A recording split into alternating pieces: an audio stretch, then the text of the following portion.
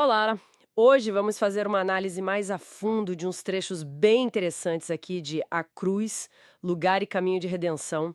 A ideia é explorar um pouco as visões principais que essa fonte traz sobre o significado da cruz, sabe? E como ela entende a redenção. Vamos começar pelo ponto que, para mim, é bem central no material. A cruz como um método de Deus para lidar com o que a fonte chama de pecado original. Aquela natureza que, segundo o texto, separou a gente de Deus.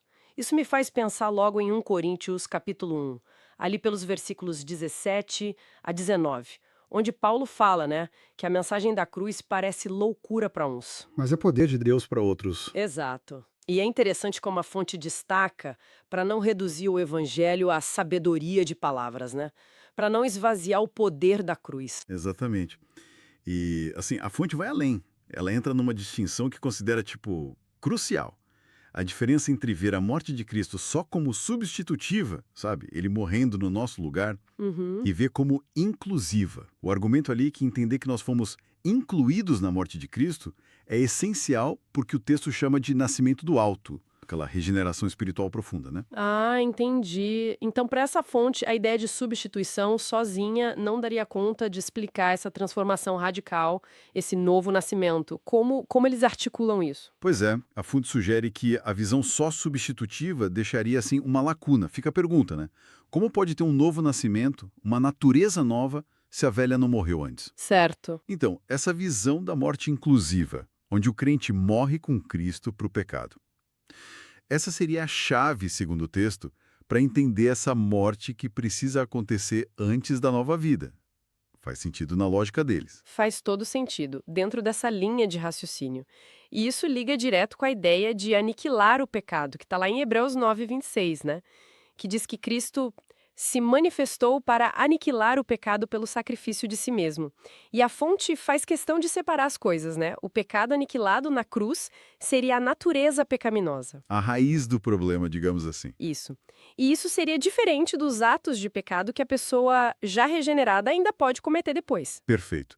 E essa aniquilação da natureza, bom, segundo o texto, é o que resolve a questão da dívida. Colossenses 2,14 é o texto-chave que eles usam.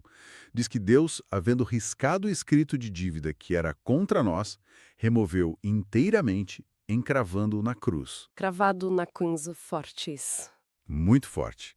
E a implicação que a fonte tira disso é que, então, nenhuma obra a mais, tipo jejum, oferta, qualquer esforço que o texto menciona, seria necessária, nem capaz, né, de complementar esse pagamento para quem crê. Então a dívida estaria quitada Totalmente. pelo sangue de Jesus. Exatamente.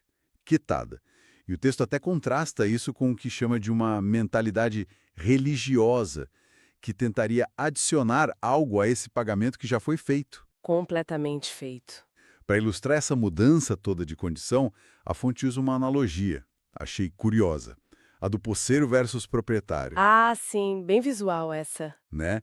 Antes da redenção, Satanás seria como um poceiro, ocupando ilegalmente a alma por causa do pecado. Isso. E com a cruz, Jesus se torna o proprietário legítimo. Exato, uma mudança total de domínio. E a fonte vai detalhar como essa transação, digamos assim, aconteceu. Eles usam Isaías 53, ali dos versículos 10 a 12. E os pontos que eles ressaltam são: primeiro, que foi da vontade do Senhor esmagar o servo. Segundo, que a vida dele foi uma oferta pelo pecado. Uhum. Terceiro, que ele derramou a alma até a morte como resgate. E aqui tem um ponto-chave na interpretação da fonte, né?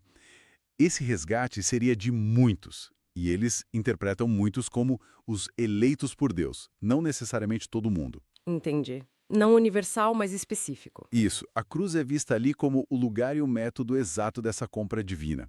A fonte até usa uma frase bem direta: a alma de Jesus pelas almas dos pecadores eleitos. Ok, então, recapitulando o que a gente viu a partir dessa fonte, a cruz como método e lugar da redenção, Isso, a importância dessa ideia da morte inclusiva para o tal nascimento do alto, fundamental para eles. a dívida totalmente paga na cruz sem precisar de obras extras. Exato, nada de complemento. E a redenção como essa transação mesmo, né? Uma compra das almas dos eleitos por Deus. Perfeito. E isso tudo, bom, nos leva a uma última questão para pensar. que sai direto da lógica do texto.